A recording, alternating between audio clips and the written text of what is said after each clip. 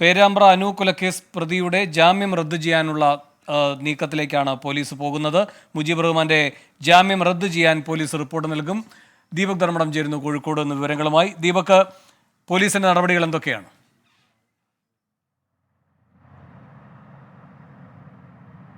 ഇതിൽ വേണുഗോപാലകൃഷ്ണൻ നേരത്തെ രാഹുൽ സുരേഷ് പറഞ്ഞതുപോലെ ഇതൊരു കൊടും ക്രിമിനലാണെന്ന് പോലീസ് വ്യക്തമാക്കുന്നു.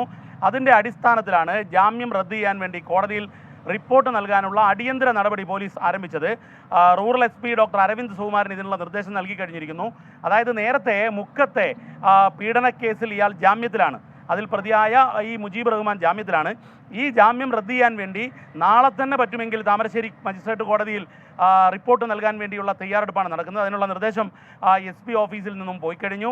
അവിടുത്തെ IP ഉൾപ്പെടെ DYSP ഉൾപ്പെടെയുള്ളവർ ഇതിൽ ഒരു ഹാബിച്വൽ ഒഫൻഡർ ആണ് എന്നുള്ള രീതിയിലുള്ള റിപ്പോർട്ട്, നേരത്തെയുള്ള ജാമ്യ വ്യവസ്ഥ റദ്ദു ചെയ്തുകൊണ്ട് പിന്നീട് വീണ്ടും ക്രിമിനൽ പ്രവർത്തനങ്ങളിൽ ഏർപ്പെട്ടു എന്നുള്ള കാര്യം, ഇതൊക്കെ ഉൾപ്പെടുത്തിക്കൊണ്ടുള്ള ജാമ്യം റദ്ദു ചെയ്യാനുള്ള റിപ്പോർട്ട്, പോലീസ് റിപ്പോർട്ട് നാളെ തന്നെ ചിലപ്പോൾ സമർപ്പിച്ചേക്കും പോലീസ്. ഏതായാലും പോലീസ് അതിന്റെ നടപടിയിലേക്ക് കടന്നു കഴിഞ്ഞിരിക്കുന്നു. ഈ മുത്തേരി ബലാത്സംഗ കേസുമായി ബന്ധപ്പെട്ട കാര്യങ്ങളിൽ പോലീസിന്റെ ഭാഗത്ത് നിന്ന് എന്തെങ്കിലും വീഴ്ച ഉണ്ടായിട്ടുണ്ടോ ഈ പ്രതിക്ക് ജാമ്യം കിട്ടി പുറത്തിറങ്ങാൻ?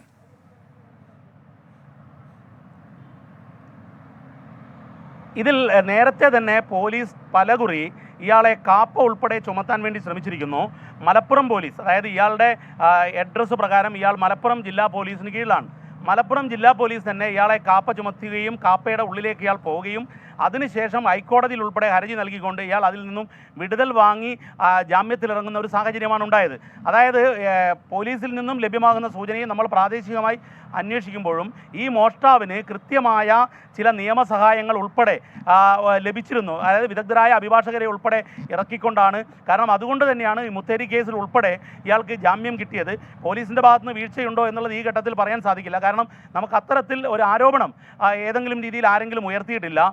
ഇരയും സംസാരിച്ച സമയത്ത് അത്തരത്തിലുള്ള ഒരു പോലീസിനെതിരായ ആരോപണം പറഞ്ഞിട്ടില്ല വേണുഗോപാലകൃഷ്ണൻ. ശരി, മുത്തേരി ബലാത്സംഗ കേസിൽ പ്രതിയായിരിക്കുന്ന മുജീബ് റഹ്മാന്റെ ജാമ്യം റദ്ദാക്കാനുള്ള നടപടികളിലേക്ക് പോലീസ് കടക്കുന്നു. അനു കൊലക്കേസിന്റെ സാഹചര്യത്തിലാണ് പോലീസിന്റെ ഈ തുടർനീക്കം. ദീപക് ധർമ്മടമാണ് വിവരങ്ങൾ നൽകി.